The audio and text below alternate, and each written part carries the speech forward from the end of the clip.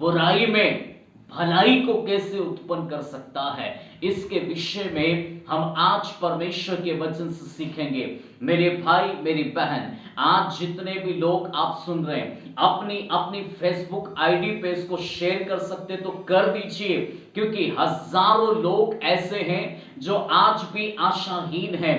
कई लोग आज अपने जीवन में आत्महत्या इसलिए कर रहा है क्योंकि उनका जीवन लक्ष्य से भटक चुका है। उनके पास कोई आशा नहीं, उनके पास जीवन की कोई बात नहीं, उनके पास मानो दुख भरा क्लेश भरा जीवन है।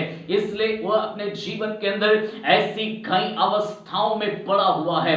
क्या जाने आपकी आईडी में आपके फ्रेंड्स जितने भी हो, उनमें से कोई ऐसा व्यक्ति हो जिसका जीवन को आवश्यकता है जिंदगी की, और ऐसे समय में यदि ये वचन जो आज आप उसको शेयर करते समय उनकी जिंदगी बदल सकती है, आप उनको सुसमाचार सुना सकते हैं, आज उनके जीवन में आप अद्भुत काम को दिखा सकता है। मेरे भाई मेरी बहन, आप और मैं मिलकर परमेश्वर की सेवा में हैं, परमेश्वर के राज्य के लिए हैं। इसलिए आपका मेरा जिम्मेदारी है कि हम परमेश्वर के महिमा के लिए, परमेश्वर के जीवन के लिए इसी प्रकार से हम कर रहे हैं। तो आज यदि आप शेयर कर सकते तो करिए, क्योंकि हजारों लोगों तक पहुंचना है ये परमेश्वर का वचन। क्योंकि आज कितने लोग क्लेश में हैं, बीमारी में हैं, दुख में हैं, भयभीत हैं और हजारों प्रकार की आवश्यकताओं में पड़े हुए हैं। कईयों का नौकरी चला गया,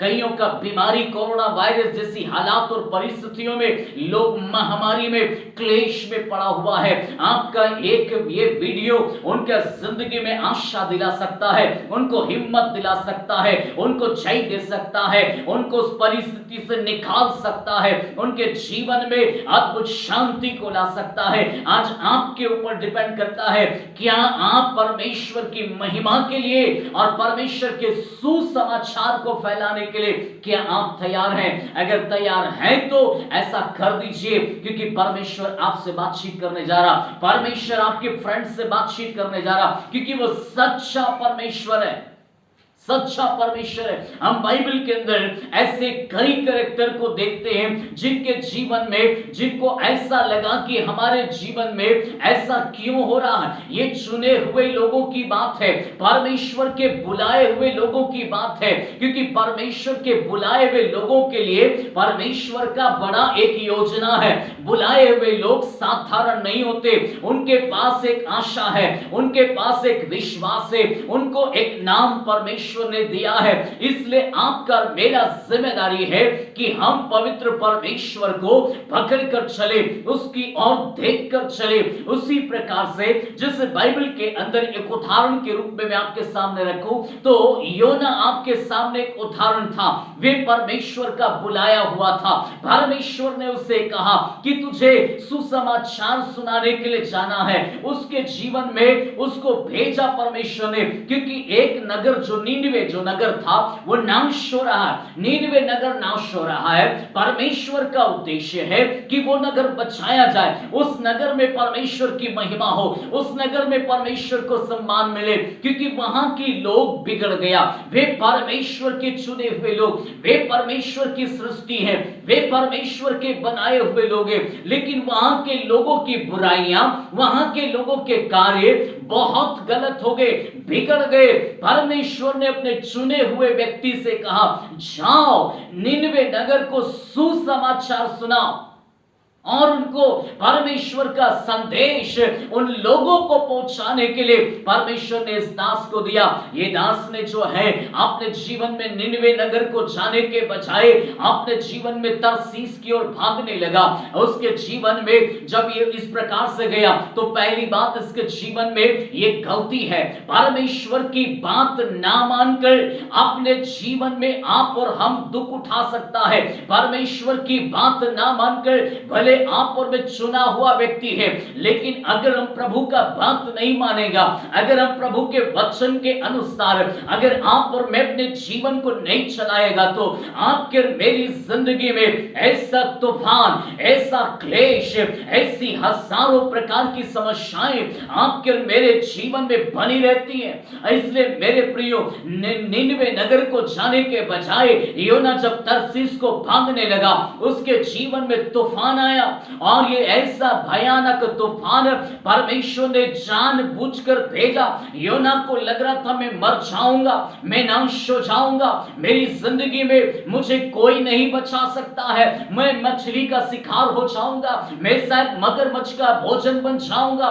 ऐसी कई सारी बातें सोचकर वे अपने जीवन में निराश हो सकता है, लेकिन बाइबल का परमेश्वर कहता है कि वो बुराई के अंदर भी भलाई को पैदा करने वाला परमेश्वर है।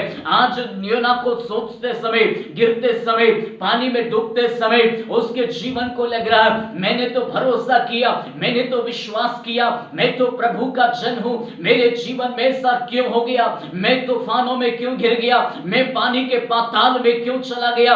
ऐसी हजारों बातें सोचकर उसके मन के अंदर हो सकता है कि तरह तरह के विचार शत्रु उत्पन्न करे, लेकिन बाइबल का परमेश्वर ऐसा कहता है कि योना अपने जीवन में अपने परमेश्वर को पहचानने के कारण बाइबल ऐसा कहती कि वह उथर में से चिल्ला उठा यहोवा परमेश्वर को।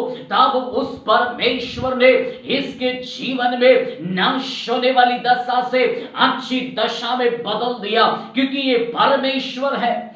एक व्यक्ति अपने जीवन में, आपके जीवन के अंदर यदि ऐसे क्लेश हो, ऐसी समस्याएं हो, ऐसे तूफानों से आज यदि घिरा हुआ है, तो अपने जीवन को हारा हुआ नहीं समझना, क्योंकि परमेश्वर जिस पर आपने और मैंने भरोसा किया है, वे आकाश को बनाने वाला, पृथ्वी को बनाने वाला, जिंदगी को बनाने वाला, उद्देश्य को बनाने वाला, आपको लक्ष्य देने वाला परमेश्वर जीवित है। आपकी आशाएं परमेश्वर होना है, आपका भरोसा परमेश्वर होना है। चाहे सब छोड़ दे, आपके जीवन की हालात कैसी भी क्यों ना हो, यदि आपका भरोसा परमेश्वर है तो जिंदगी में बहुत अद्भुत हो जाएगा, क्योंकि परमेश्वर ने बुलाया। ऐसे हजारों उदाहरण मैं बाइबल से आपको बता सकता हूं। आयुब का जीवन ऐसी दुख से भरा हुआ था, अब्राहम का जीवन दुख से भरा हुआ था, बुलाए हुए लोगों का जीवन दुख से भरा था, लेकिन उन्होंने अपने जीवन में परमेश्वर पर विश्वास रखना नहीं छोड़ा, अपने जीवन में दुख की दशा में आशा नहीं खोया। हालात कैसी थी, उन्होंने हालात से बढ़कर परमेश्वर को देखा। सद्रक मेशक अबेदनगो की बात करो, हालात को नहीं देखा, उन्होंने परमेश्वर को देखा। और जिन्होंने परमेश्वर पर विश्वास जताया, जिन्होंने परमेश्वर की ओर देखा, उनके जीवन में दुख तो था, लेकिन वो दुख उनके जीवन में भलाई में बदल गया, और उनके जीवन में उनका नाम ऊंचा किया गया, उनकी जिंदगी में परमेश्वर की महिमा प्रकट हुई। वे एक समय कहते थे नाश हो जाएंगे, लेकिन वहीं पर परमेश्वर ने हजारों के बीच में ऊंचा किया। आज हो सकता है आपके जीवन की हालात क्या है मुझे नहीं पता, हो सकता किसी को कोरोना वायरस हो सकता किसी को गंभीर बीमारी हो सकता किसी का किडनी फेल हो गया हो सकता किसी के जीवन में भयानक किसी प्रकार की समस्या हो। मेरे भाई, मेरी बहन, मैं आपको चुनौती देना चाहता हूं, यदि आपका थोड़ा बहुत भी विश्वास मसीह यीशु में है तो मैं आपके विश्वास को बढ़ाना चाहता हूं। आप हिम्मत मत हारिए। आपके जीवन के अंदर यदि ऐसी हालात होते समय यदि आपको किसी ने कहा हो तो मनुष्य का न्याय आपके जीवन के लिए आखिरी न्याय नहीं है। आपके जीवन में परमेश्वर ने आपको बुलाया है, इसलिए आपके जीवन में परमेश्वर गवाही बनाने के लिए आपकी जिंदगी को बुलाया है। आपके जीवन में यदि आज ऐसी परिस्थितियां नहीं आएगी तो गवाही कैसे बनेंगे, मसीह का गवाह कैसे बनेंगे। इसलिए परमेश्वर को समझना हमारे लिए फर्स्ट बात है, पहली बात है, परमेश्वर को समझो, क्योंकि जब तक परमेश्वर समझ में आएगा, जिन्होंने परमेश्वर को समझा उन्होंने अपने जीवन में कुड़कुड़ाए नहीं, अपने जीवन में परमेश्वर की ओर उंगली नहीं उठाया, उन्होंने अपने जीवन में कभी भी इस बात को नहीं कहा कि मैं इतना लंबा आने के बाद आज मेरा जीवन संघर्ष में है, आज मैं तकलीफ में हूं, आज मैं समस्याओं में पड़ा हुआ हूं, ऐसी बातों को बोलने का अवसर आपका परमेश्वर आपको कभी नहीं देगा, क्योंकि वो आपका परमेश्वर है और आपको उसने बुलाया है। अगर आप उसकी बुलाहट में हैं, आप उसके चुनाव में हैं और आपको परमेश्वर ने चुना है, लाखों हजारों की भीड़ में से निकाल कर आपको मुझको अलग किया है, घमंड करो तो इस बात पर करो कि तुम उसको जानते हो। उसको जानना आपकी जिंदगी में बहुत अद्भुत है। वचन को पढ़ेंगे हम, रोमियो उसका 12 अध्याय उसका 21 वचन निकाल लीजिए। रोमियो उसका 12 अध्याय उसका 21 वचन पढ़ेंगे जी। धन्यवाद यीशु, जो डाल सकता है हाँ जी। परंतु भलाई से बुराई को जीत लो। बुराई से ना हारो। आपको मेरे जीवन में परमेश्वर का दास इस प्रकार से आपको मुझको कहता है, बुराई से मत हारो। अक्सर दुख आपको क्लेश की ओर ले जाता है, दुख आपको निर्बल बनाता है, दुख आपको कमजोर इंसान बनाता है। मनों में ऐसी विचार आना, आंखों से देखने वाली चीजें जो आपके जीवन में दृश्य कुछ और दिखा रहा, मानो आपकी हिम्मत खत्म होती है। ऐसे समय में आपको लिखा है, आपके परमेश्वर कहता है बुराई से मत हारो। आपके जीवन में यदि आज ऐसी भयानक परिस्थितियां जो आपके जीवन में बुराई बनकर आई है, आपके जीवन में आपको लगता है कि अब तो मैं नाश हो जाऊंगा, अब मेरा कुछ नहीं होगा, अब मैं भटक जाऊंगा, अब शायद परमेश्वर मुझे छोड़ दिया, अब शायद मेरा कोई नहीं है, ऐसा सोचकर यदि आज अपने जीवन में आप कुछ और सोच रहा है तो मैं आपको चुनौती देना चाहता हूं। आपका परमेश्वर कहता है बुराई से मत हारो, बुराई से मत हारो। बुराई आपके जीवन में कितनी ही क्यों ना हो, उससे मत हारो। आपको परमेश्वर ने युद्ध लड़ने के लिए बुलाया है, आपको परमेश्वर ने एक योद्धा बनाकर बुलाया है। आप परमेश्वर का सैनिक हैं, आप साधारण व्यक्ति नहीं। बुराई से मत हारो। हाँ जी, परंतु भलाई से बुराई को जीत लो। परंतु भलाई करके, भले काम करके अपने जीवन में बुराई को जीत लो। अपने जीवन के अंदर बुराई से मत हारो, परंतु भलाई करके बुराई को तुम जीत लो। जीत आपके वश में है। परमेश्वर ने जीत आपके वश में दिया, आपके जबान में दिया, आपके हाथों में दिया, आपकी सोच में दिया, आपकी जिंदगी में दिया। परमेश्वर आपको कभी भी एक हारा हुआ इंसान नहीं देखना चाहता है। परमेश्वर आपको एक योद्धा के रूप में बुलाया है। आप प्रार्थना योद्धा है, आप एक सैनिक हैं। सैनिक कमजोर नहीं होता, सैनिक ढीला ढाला नहीं होता। अपने बनाने वाले, अपने भर्ती करने वाले को वो प्रसन्न करता है। चाहे रात हो दिन हो, उसको अगर आज्ञा मिली है तो वो आज्ञा में खड़ा होता है। उसको एक ही बात पता है, मुझे अपने भर्ती करने वाले को खुश करना है। इसलिए वो अपने जीवन में वो प्रयास करता है। वो हार नहीं मानता, वो शत्रु से लड़ने के लिए हार नहीं मानता। उसके जीवन में वे परिस्थितियों का गुलाम नहीं होता। चाहे वो ठंड के मौसम में कश्मीर जैसी जगह पर ले जाकर, उसको बर्फ वाले इलाके में ले जाकर उसको ड्यूटी करा लो, चाहे वो भरी धूप में करा लीजिए, चाहे उसको कैसी भी दशा में भरी बारिश में करा लीजिए, वो एक सैनिक है। वो तूफानों को भी चीरता है, अपनी जिंदगी का महत्व पहचानता है, वो अपने फर्ज को पहचानता है, वो अपने चुने जाने को पहचानता है, वे अपने बुलाए जाने को पहचानता है। इसके कारण एक इस संसार का, भारत देश का सैनिक जब अपने जीवन को इस देश के लिए जान दे सकता है, परंतु एक आतंकवादी को अपने जीवन में वो आपके देश में घुसने नहीं देता, क्योंकि वो रात और दिन अपने जीवन में अगर नौकरी उसे मिली है और जगह पर अगर खड़ा किया है तो वो ये सोचकर बाहर नहीं जाता है कि उसको पानी गिर रहा है, ठंड लग रही है। नहीं, वह अपने फर्ज को समझता है। और अपने फर्ज को समझने के कारण वे अपने शरीर को नहीं देखता, वे अपने जीवन में अपने फर्ज को निभाता है।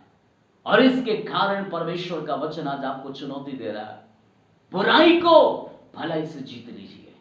अपने जीवन में ऐसी भलाइयों को कर दीजिए जो परमेश्वर के वचन में है, उससे जीत लीजिए। जीत आपकी है, आपके हाथ में दिया है।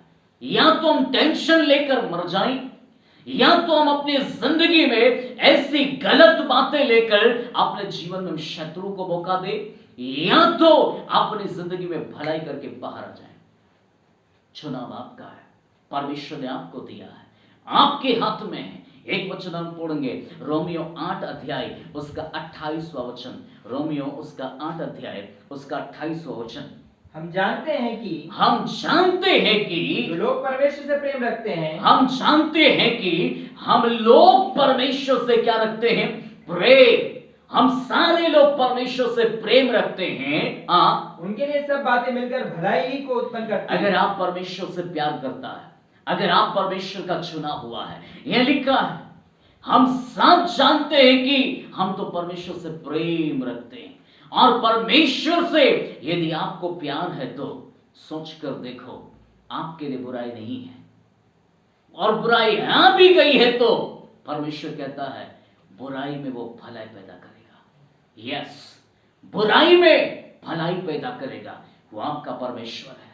वो अच्छी स्थिति को बनाना जानता है, वे इस माहौल को बनाना जानता है, क्योंकि वो परमेश्वर है।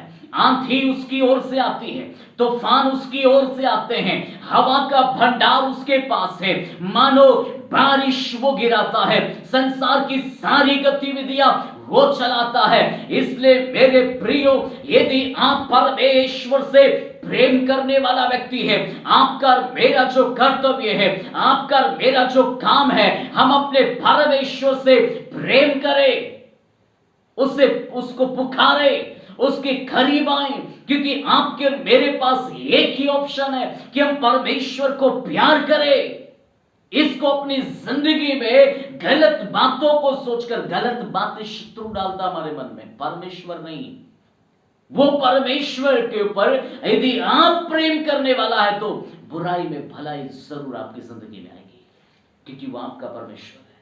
वो अवसर को भुनाना जानता है, वो परिस्थितियों को बदलना जानता है, वो आपके जीवन की हालातों को बदलना जानता है। आज आंसू हैं, पल भर में वो सुख को दे सकता है, आपके आंसू मिटा सकता है और आपकी जिंदगी को बदल सकता है। एक बार अपने एक कोने में बैठकर उस परमेश्वर के सामने घुटने टेककर अपनी जिंदगी को जांचने की तो कोशिश कीजिए। कहां है परमेश्वर? हे मेरे परमेश्वर, तू कहां है? अपने जीवन में यदि हारी व्यवस्था में है तो अपने जीवन में फर्ज से खड़े हो जाइए, क्योंकि प्रभु आपको प्यार करता है, प्रभु ने आपको बुलाया है, प्रभु आपसे बहुत चाहता है। वो आपका परमेश्वर है, वो साधारण नहीं है।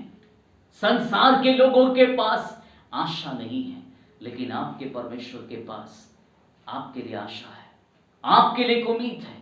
वो आपके जीवन से कहता है जो लोग उससे प्रेम करते हैं उनके लिए वो भलाई को लेकर आएगा, उनके लिए वो भलाई को लेकर आएगा, उनके लिए वो भलाई में बदल देगा। उनके जीवन के लिए आशा है। और आज परमेश्वर का दास, इसको लेकर हम दुख में न रहें, परिस्थिति में न रहें, खोए ना। एक वचन और पढ़ेंगे हम, भजन संहिता 119वां अध्याय उसका जो है 71 तक, 71, भजन संहिता 119 उसका 71। मुझे जो दुख हुआ, यहां दाऊद अपने जीवन में एक बात को कहता है, मुझे जो दुख हुआ है वह मेरे लिए भला ही हुआ है। वो तो मेरे लिए भला हुआ है। अब आप सोच कर देखो, दुख किसी के लिए भला हो सकता है, कोई बीमारी आ जाए उसके लिए भला हो सकता है, मारे मारे दाऊद फिर रहा है उसके लिए भला हो सकता है, शाऊल की तलवार उसके गर्दन पर लटकी हुई क्या उसके लिए भला हो सकता है, सांप उसके लिए मानो मौत बनकर मंडरा रहा है क्या उसके लिए भला हो सकता है, शेर उसके लिए, भालू उसके लिए, मानो भूखे शेर उसके लिए खाने के लिए तड़प रहा है क्या उसके लिए भला हो सकता है। जंगल के अंदर वे मानो अपनी जिंदगी में ऐसे बारिश में में कैसे कैसे मौसम के अंदर दाऊद भटक रहा था अपने जीवन में अपनी जान को बचाने के लिए, लेकिन दाऊद अपने जीवन में इस बात को अंगीकार कहता है, कहीं ना कहीं दाऊद ने अपने जीवन के अंदर परमेश्वर को बहुत करीबी से जाना है, बहुत करीबी से पहचाना, क्योंकि उसने सोचा था एक बार मेरा भाई जो सैनिक है, मेरे भाई लोग सैनिक हैं, हथियार लेकर मेरा बचाने के लिए मेरी तरफ आएंगे। माँ बाप जिंदा था, वो सोचते थे कभी तो मेरे पास आकर तसल्ली देंगे, लेकिन ना तो भाई आए जो सैनिक सेना में थे, ना तो माँ बाप आए जो उनको प्यार करते थे। जब उसके अपने नहीं आए, उसके जीवन की आशा खो दिया, उसने सोचा कोई नहीं है। तब उसने अपने जीवन में आखिरी एक अवसर में अपने जगह में बैठकर एक पेड़ के नीचे गुफाओं में रहकर छिपती हुई अवस्था में वे परमेश्वर को पुकारने लगा, हे परमेश्वर तू कहां है, तू कहां है? अकेला है, आंसू है, कई दिनों में भूखा है, प्यासा है, उपवास के साथ बैठा है और जानना चाहता है कि परमेश्वर तूने मुझे क्यों बुलाया है, क्यों तूने मुझे बुलाया? आपका मेरे जीवन में बुलाने का मतलब क्या है? क्या मैं शाऊल के हाथों मारा जाऊं, या मैं शेर का भोजन बन जाऊं, या फिर मैं इसी प्रकार से जंगल में भूखा मर जाऊं? मेरी जिंदगी में परमेश्वर आपने मुझे क्यों बुलाया है?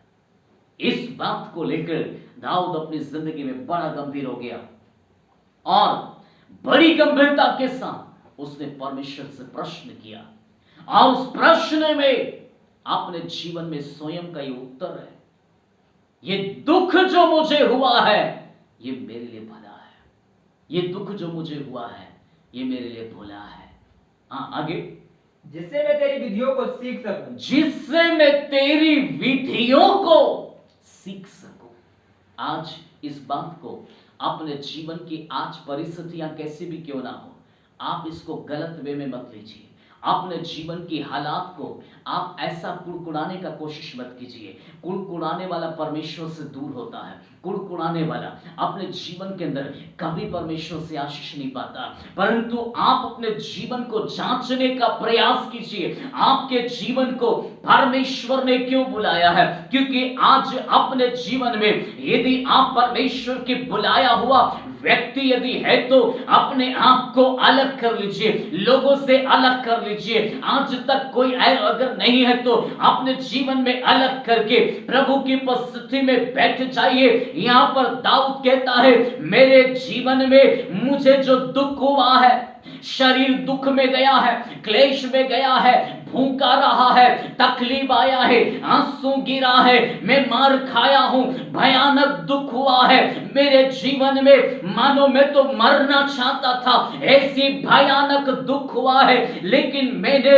अपने जीवन में इस बात को ऐसा नहीं समझा कि बस अब मेरी जिंदगी खत्म हो जाएगी। लेकिन वो कहता है, ये दुख मुझे इसलिए हुआ है कि मैं तेरी विधियों को सीख सकूं।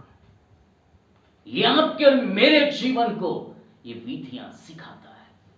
परमेश्वर की व्यवस्था, परमेश्वर आपसे बात करना चाहता है। और दाऊद ने जब ऐसी दशा में परमेश्वर के पास आया तो प्रभु ने उसको युद्ध लड़ना सिखाया, परिस्थितियों से लड़ना सिखाया।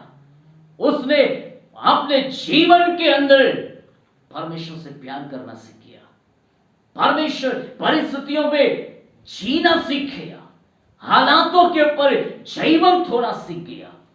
अपने जीवन में यदि हम अपनी जिंदगी को परमेश्वर के विधियों को सीखने के लिए, परमेश्वर की विधियां दुनिया से चुनौती देना सिखाती है। परमेश्वर की विधियां तूफानों से लड़ना सिखाती है। परमेश्वर की विधियां बीमारी में आप कैसे चंगाई पा सकता है, कैसे अपने चमत्कार को बना सकता है, कैसे अपने जीवन में आप अपने परिवार को विपरीत परिस्थिति में पा सकता, कैसे इस दुख में अपनी गवाही को बना सकता है। परमेश्वर की विधियां हमको सिखाती है। और परमेश्वर की विधियां इस वचन में, इसमें परमेश्वर की विधियां, और परमेश्वर अपने चुने हुए लोगों से बात कर रहा है। और अपने चुने हुए लोगों से परमेश्वर बातचीत कर रहा है। बुराई में वो आपके लिए भलाई को पैदा करना चाहता है। वो अद्भुत है, वो अद्भुत है, क्योंकि वो आपका परमेश्वर है। अगर आप उसकी बुलाहट में हैं तो आप निश्चिंत हो जाइए, आप उससे प्यार कीजिए, आप उसको जानते हैं, आप उसके करीब आइए, आप संसार की सुनना बंद कीजिए, प्रभु की सुनना शुरू कर दीजिए। यहाँ एक और चैप्टर में से हम परमेश्वर के वचन से पढ़ेंगे। यहाँ एक कहानी के तौर पर क्यों ना हो, लेकिन हम उसको सुनने का कोशिश करेंगे। बहुत कम समय में इसको हम खत्म करेंगे, लेकिन आप ध्यान से सुनिए। यहोशू की किताब उसका 9 अध्याय, यहोशू की किताब उसका 9 अध्याय, उसका जो है हम 3 पद से पढ़ेंगे। जब गिबोन के निवासियों ने सुना कि यहोशू ने यरीहो और ए से क्या किया है। हाँ, तो यहां पर मैं आपको परमेश्वर के वचन से पूरा नहीं पढ़ाऊंगा, लेकिन कुछ आयतें आपको पढ़ाऊंगा। यहां पर इजरायली लोगों को अगुवाई कर रहा है यहोशू, और यहोशू के पास परमेश्वर की बुलाहट है। यहोशू और इजरायली लोग परमेश्वर के चुने हुए हैं, वे परमेश्वर की प्रतिज्ञा है, वे परमेश्वर की वाचा के भागीदार हैं, वे परमेश्वर की ओर से चमत्कार पाए हुए लोग हैं, अधिकार पाए हुए लोग हैं। परमेश्वर ने उनसे वाचा बांधी, मैं तुम्हें कनान देश में ले जाऊंगा, मैं तुम्हें प्रफुल्लित करूंगा, मैं तुम्हें आशीष के देश में ले जाऊंगा, तुम्हें अन्न की, दूध की, मधु की कभी कभी नहीं होगा, ऐसे देश में मैं तुम्हें ले जाऊंगा, ऐसा परमेश्वर का वादा है। लेकिन कुछ लोग उसके बावजूद भी इन लोगों को गुलाम बनाने के लिए प्रयास कर रहा था। इस बीच में हजारों राजा उसके सामने यहोशू और इस्राएलियों के ऊपर चढ़ आए। उन्होंने पहाड़ी के ऊपर एका करके उन्होंने अपने वश में करना चाहा। वापस से 9 अध्याय उसका यदि 1 पद पढ़े तो वहां पर लिखा है, पढ़िए क्या बोला। यह सुनकर हित्ती अमोरी, कनानी और परिजी, हिब्बी और यबूसी, जितने राजा यरदन के पार रहते थे देश में और नीचे के देश में, हाँ, और लबनोन के सामने के महासागर के तट पर रहते थे जी, वे एक मन होकर यहोशू और इस्राएलियों के लिए लड़ने के लिए उनके सामने आ गए और उनको लड़ने के लिए आ गए। लेकिन परमेश्वर का दास को ये बात मालूम था, ये बुलाया हुआ परमेश्वर का था, चुना हुआ परमेश्वर का ऊपर था, इसलिए इसकी भरोसा, इसका आशा परमेश्वर था। इसलिए अपने जीवन में ये जानता था मेरे साथ परमेश्वर है। कितना ही तूफान क्यों ना हो, पूरी दुनिया एक होकर क्यों ना जाए, हालात एक क्यों ना हो जाए, मेरे विपरीत परिस्थितियां क्यों ना हो जाए, इस यहोशू को पता था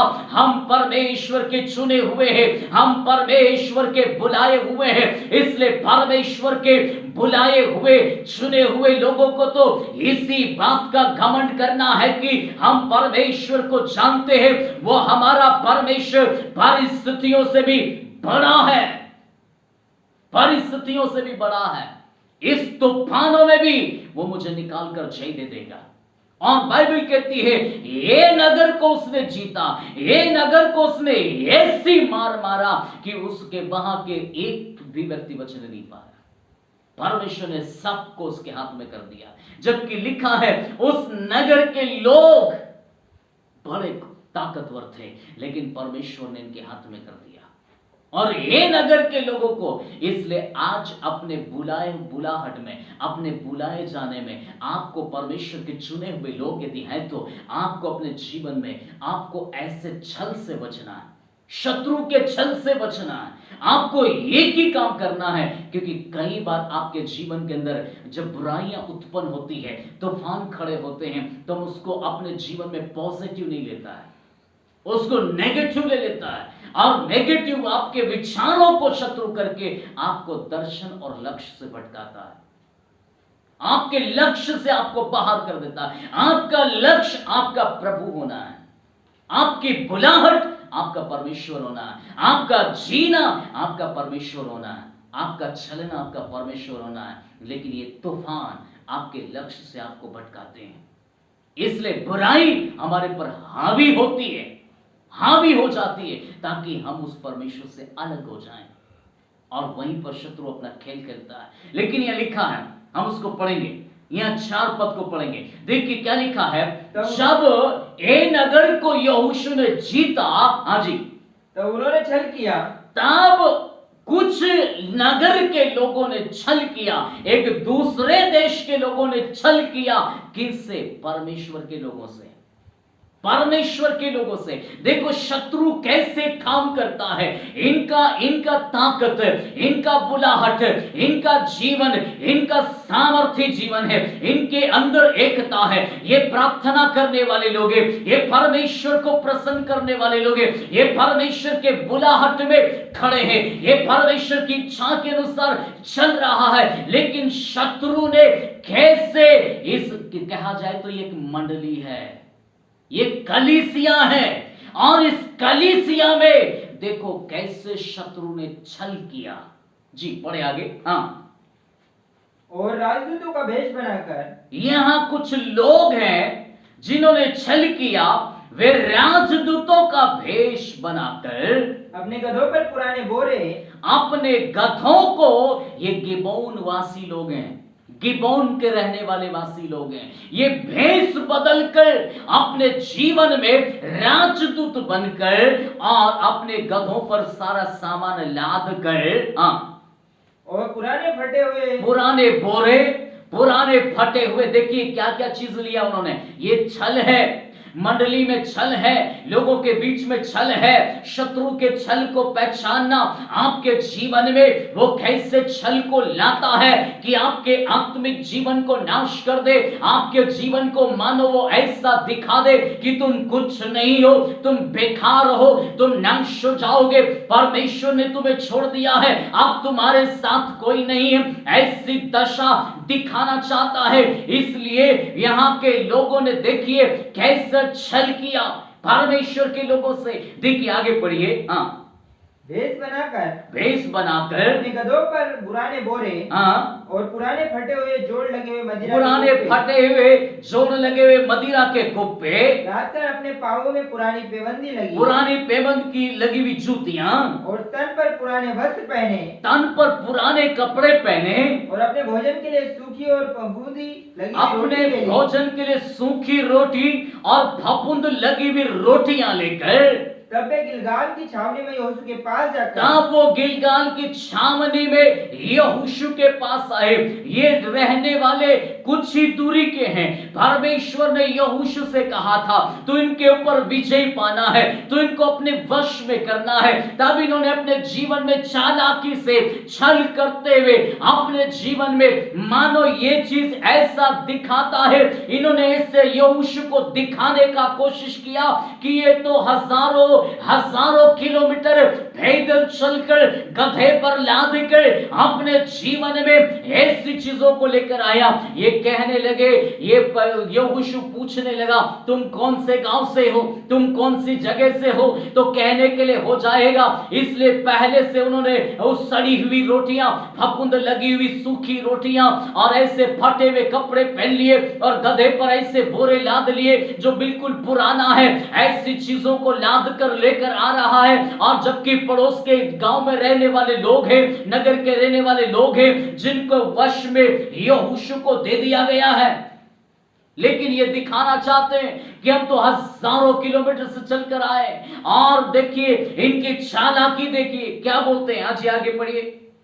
वे गिलगाल की छावनी से यहोशू के पास जाकर, हाँ जी, उससे और इस्राएली पुरुषों से कहने लगे, हम दूर देश से आए हैं, हम तो दूर देश से आए हैं। हाँ जी, इसलिए अब तुम हमसे वाचा बांधो, इसलिए आप हमसे तुम वाचा बांधो। इस्राएली पुरुषों ने उन हिब्बियों से कहा, क्या जाने तुम हमारे मध्य में ही रहते हो, क्या जाने तुम हमारे मध्य में रहते हो। हाँ जी, फिर हम तुमसे वाचा कैसे बांधे। हाँ जी, उन्होंने यहोशू से कहा, उन्होंने यहोशू से कहा हम तेरे दास हैं, हम तेरे दास हैं। तब यहोशू ने उनसे कहा, हाँ जी, तुम कौन हो, तुम कौन हो। हाँ और जी,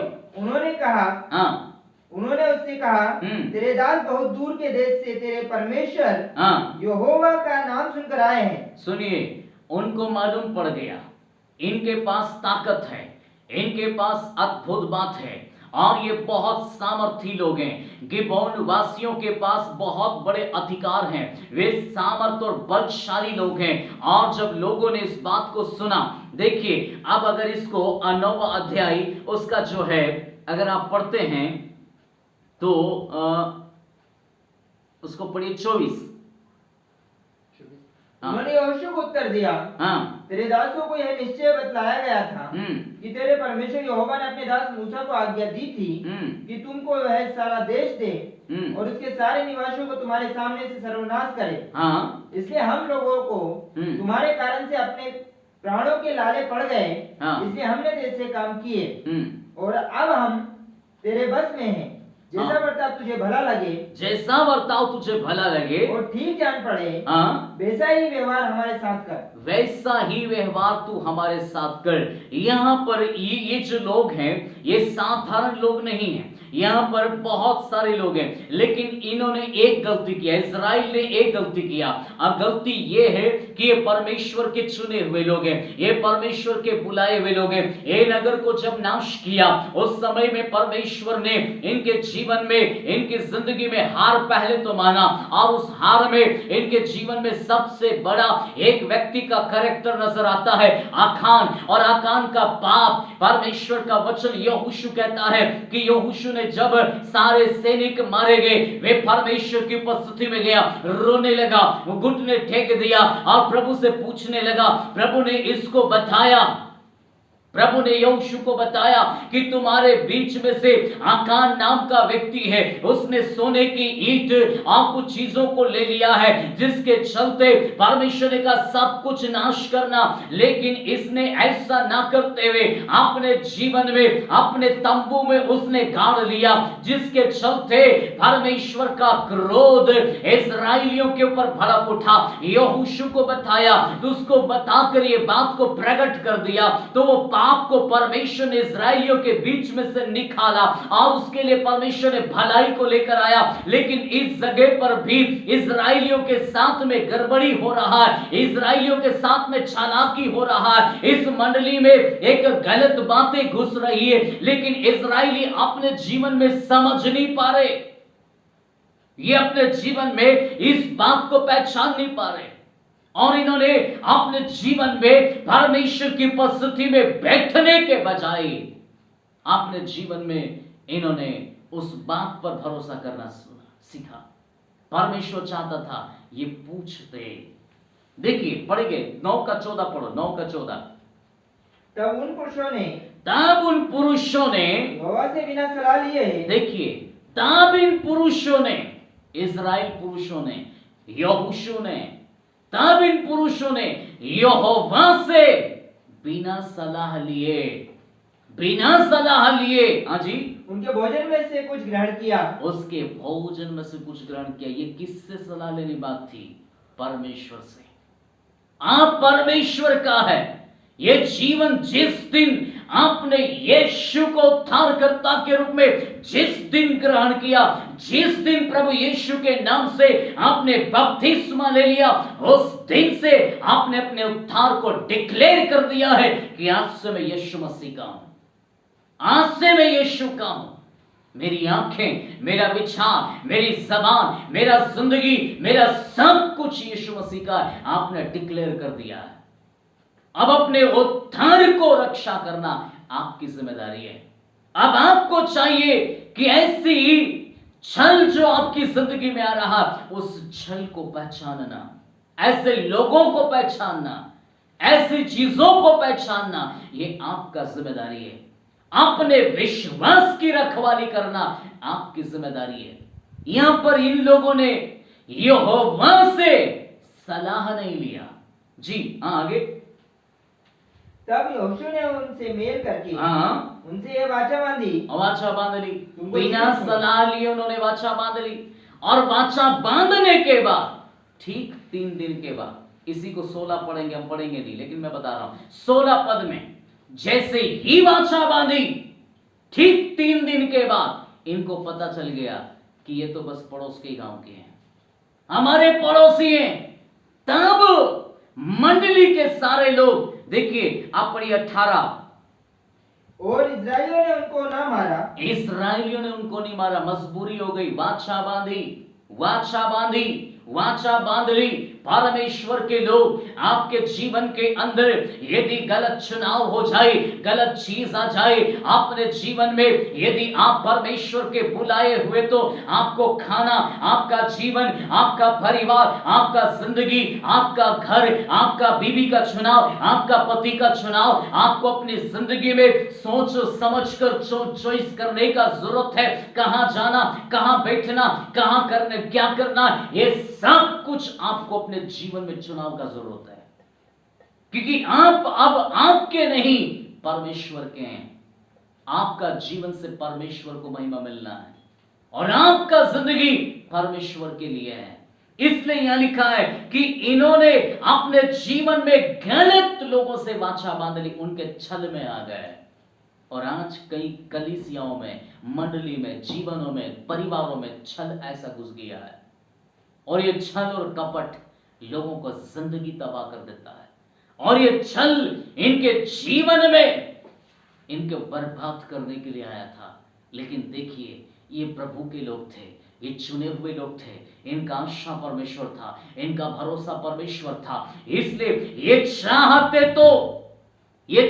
तो ये पूरी इस्राएली जाति को, यहोशू को वे तबाह कर सकते थे, लेकिन उन्होंने अपनी जिंदगी में ऐसा नहीं किया।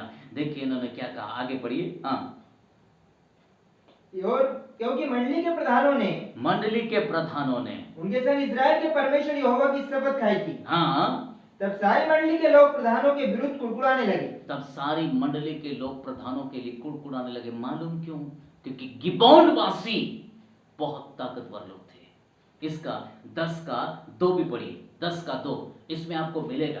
तब वे बहुत डर गए। तब बाकी राजा बहुत डर गए। हाँ जी, क्योंकि गिबोन बड़ा नगर, क्योंकि गिबोन जो था वो बड़ा नगर था, वरन राजनगर के तुल्य, वरन राजनगर के तुल्य था, और ऐसे बड़ा था, और ऐसे बड़ा था, और उसके सब निवासी सूरवीर थे, और उसके सारे निवासी, बोलो तो एक एक घर में एक एक पुरुष अपने जीवन में वे एक एक पुरुष सूरवीर थे, सामर्थी थे, ताकतवर थे।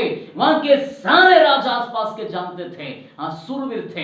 हाँ जी, इसलिए यरूशलेम के राजा अदोनीसिदेक ने हेब्रोन के राजा हुआम, यरकूत के राजा, ये सारे राजा बाद में पढ़ लीजिए, ये सारे राजा डर गए, क्योंकि इनको लगने लगा अब गिबोन के सारे सूरवीर जो योद्धा है इस्राएल के साथ मिल गया, अब हमारा क्या होगा। डर गए।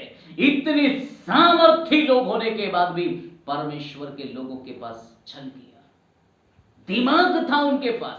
उन्होंने अपने दिमाग से उन्होंने सोचा कि इनके साथ इस्राएल का सामना, अगर ये मनुष्य जाति होती तो हम इनका सामना कर सकते थे, ये मनुष्य जाति होती तो इनके पर हम राज्य कर सकते थे, ये अगर अपनी ताकत से हमसे लड़ते तो इनको हम हरा सकते थे, लेकिन इनको हराना नामुमकिन इसलिए है क्योंकि इनके साथ यहोवा रहता है, इनके साथ परमेश्वर चलता है, इनके साथ यहोवा आग बनकर चलता है। इसलिए इन्होंने इस बात को अंगीकार करके कहा कि हमने मिस्र की चर्चाओं को सुना है कि कैसे तुम्हारे परमेश्वर ने मूसा के समय में कैसे अपने इस्राएली लोगों को आग का खंबा बनकर, बादल का खंबा बनकर, तूफानों को चीरकर अपने लोगों को स्थल लेकर आया। इसकी चर्चा गिबोन निवासी सुनकर अपने जीवन में डर गए और अपनी जिंदगी में उन्होंने अपने आप को समर्पण कर दिया। वे छल तो करने आए थे लेकिन वे डर गए, क्योंकि यहोशू और उसकी परमेश्वर की चुनी हुई प्रजा, उनकी बुलाहट परमेश्वर थी और उन्होंने आशा नहीं खोया। गलत करने के बाद कुड़कुड़ाहट जरूर आया, वे आपस में कुड़कुड़ाने जरूर लगे, लेकिन देखिए ऐसा है 18 को जो आपने पढ़ा वहां से आगे पढ़िए। परमेश्वर यहोवा की शपथ खाई, इसलिए आप उनको छू नहीं सकते, परमेश्वर यहोवा की शपथ खाई, इसलिए अब हम उसको छू नहीं सकते। हाँ, हम उसे यही करेंगे, हम उसे यही करेंगे कि उस शपथ के अनुसार। हाँ, अब इस 21 पढ़िए। देखिए, अब इनके लिए दुख था, इनके लिए क्लेश था, इनके लिए समस्या थी, लेकिन 21 पद को पढ़िए। हाँ, क्या लिखा है? फिर प्रधानों ने उनसे कहा, फिर प्रधानों ने उनसे कहा, वे जीवित छोड़े जाए। वे जीवित छोड़े जाएं। अर्थात प्रधानों के इस वचन के जीवित अनुसार, क्यों छोड़े जाएं? क्योंकि शपथ खाइए, इसलिए जीवित छोड़े जाएं। हाँ, अर्थात प्रधानों के इस हाँ। वचन के अनुसार हाँ, वे सारी मंडली के लिए लकड़हारे हाँ। और पानी भरने वाले बने। वाह, हालेलुया। आपके पास कोई भी चीज क्यों ना हो, आपकी जिंदगी में कैसी भी हालात और परिस्थितियां क्यों ना हो, ये आए तो बुराई करने के लिए थी तो ऐसा तो लग रहा था कि गलत हो रहा है, ऐसा तो लग रहा था कि कुछ तो गड़बड़ हो जाएगा, कुछ तो नाश हो जाएगा, लेकिन परमेश्वर ने उनकी जिंदगी को बदल दिया और वो परमेश्वर की वेदी के लिए, परमेश्वर के लोगों के लिए पानी भरने वाले और लकड़हारे बन गए। लकड़हारे बन गए। बुराई में भलाई परमेश्वर लेकर आया। इस्राएलियों की हानि करने के लिए तो ठाना था, छल कपट से नाश तो करने के लिए ठाना था, लेकिन यहोवा परमेश्वर पर उनका भरोसा होने के कारण परमेश्वर यहोवा ने इनकी जिंदगी को बदल दिया और ये अपने जीवन में जान से बच गए, नाश होने से बच गए। शपथ इनकी जिंदगी में इनको बचा लिया और इनके जीवन की बुराई भलाई में बदल गई और ये परमेश्वर के काम आ गए, ये प्रभु के काम आ गए। किसी का भी जीवन व्यर्थ नहीं है, किसी का भी जीवन बेकार नहीं है। आपको यदि प्रभु ने बुलाया है, आपका विश्वास यदि प्रभु में आया है, तो मेरी बहन, मेरे भाई, मैं आपको कहना चाहता हूँ, यहाँ पर यहोशू और उसकी प्रजा को परमेश्वर ने बुलाया है। सबका इस्तेमाल करना उसको आता है, सबको समझाना उसको आता है, आपके जीवन को चलाना उसको आता है, आपकी जिंदगी को उठा सकता है। आज कुछ नहीं दिखाई दे रहा है, चिंता मत करिए, एक कोना पकड़ लीजिए, घुटने टेक दीजिए, आंसू बहा सकते तो बहाइए, रो सकते तो रोइए, चीखिए प्रभु के सामने, खुदा मेरी जिंदगी कहाँ है, मैं कहाँ हूं। अपने आप को जांचिए, आपका परमेश्वर अंधेरे में से निकालकर आपको रोशनी में खड़ा करने की ताकत है उसके अंदर। अंधेरे से बुलाकर, जब दाऊद को वो जंगल से बुलाकर राजा बना सकता है, तो वो आपका भी परमेश्वर है, वो आपका भी खुदा है। शाऊल को, ऐसे खूंखार व्यक्ति को बुलाकर वो पौलुस बनाकर चमका सकता है। सोच कर देखो, आज आपका और मेरा पारी है, आज आपका और मेरा जिंदगी है। देखकर तो देखो, कुड़कुड़ाने के बजाय, उंगली उठाने के बजाय, रोने के बजाय, नाश हो जाऊंगा ऐसा सोचने के बजाय, अपने जीवन को समझकर प्रभु की उपस्थिति में लेकर आओ। मैं आज आपके लिए प्रार्थना करना चाहता हूं। यदि आपने आज पछतावा किया, यदि आपके मन में लग रहा है कि प्रभु मुझसे बात कर रहा है, प्रभु मेरी जिंदगी से बात कर रहा है, यदि ऐसा आपको लगता है, तो अभी मैं आपसे कहना चाहता हूं, एक सेकंड के लिए अपनी आंखों को बंद कर लीजिए। इस समय परमेश्वर आपसे बात करना चाहता है। प्रभु आपके जहां पर भी हैं, वहीं परमेश्वर आपके हृदय में एक नई उमंग डालना चाहता है, एक नया जज्बा, एक नया जीवन, एक आपको सैनिक अद्भुत रीति से प्रभु तैयार करना चाहता है। अपने आप को दे दीजिए प्रभु के हाथ में। Yes mighty lord Jesus. हे परमेश्वर, मैं आपसे प्रार्थना करता प्रभु, इस समय जितने लोग अब इस समय प्रभु जी लाइव देख रहा और अपने जीवन को समर्पित कर रहा, प्रभु इस समय मैं आपसे प्रार्थना करता हूं प्रभु, उनके जीवन में समय काम करना शुरू करें। पवित्र आत्मा उनके जीवनों में काम करना शुरू करें। पवित्र आत्मा वे जिस स्थान पर बैठे हैं, उनके जीवन में वे सर से लेकर पैरों तक उनकी जिंदगी को परमेश्वर टटोलिए और बदलिए। जो नकारात्मक विचार हैं, नाश होने वाले विचार हैं, हमारा कुछ नहीं होगा ऐसे विचार हैं, पवित्र आत्मा इस समय उखाड़ दीजिए उन सारी बातों को। और ये आपके बुलाए हुए लोग हैं, इसलिए मसीह यीशु में एक जीवंत जीवन की ओर आने पाए। प्रभु मेरी आज प्रार्थना है उन सारे हारे हुए लोगों के लिए, वो दुख में पड़े हुए लोगों के लिए, जो कोरोना वायरस बीमारी हो गया करके दुख में रो रहा है, ऐसे लोगों के लिए प्रभु आज मेरी प्रार्थना है, तो आज उनकी जिंदगी को बदल दे। आज तो उनके जीवन की एक आशा बन जा परमेश्वर।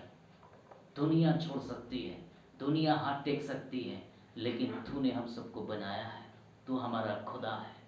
इस समय यीशु के नाम से एक अद्भुत चमत्कार उनकी जिंदगी में शुरू होने पाए। प्रभु केवल आपकी महिमा के लिए यीशु के नाम से मांगते हैं, आमीन।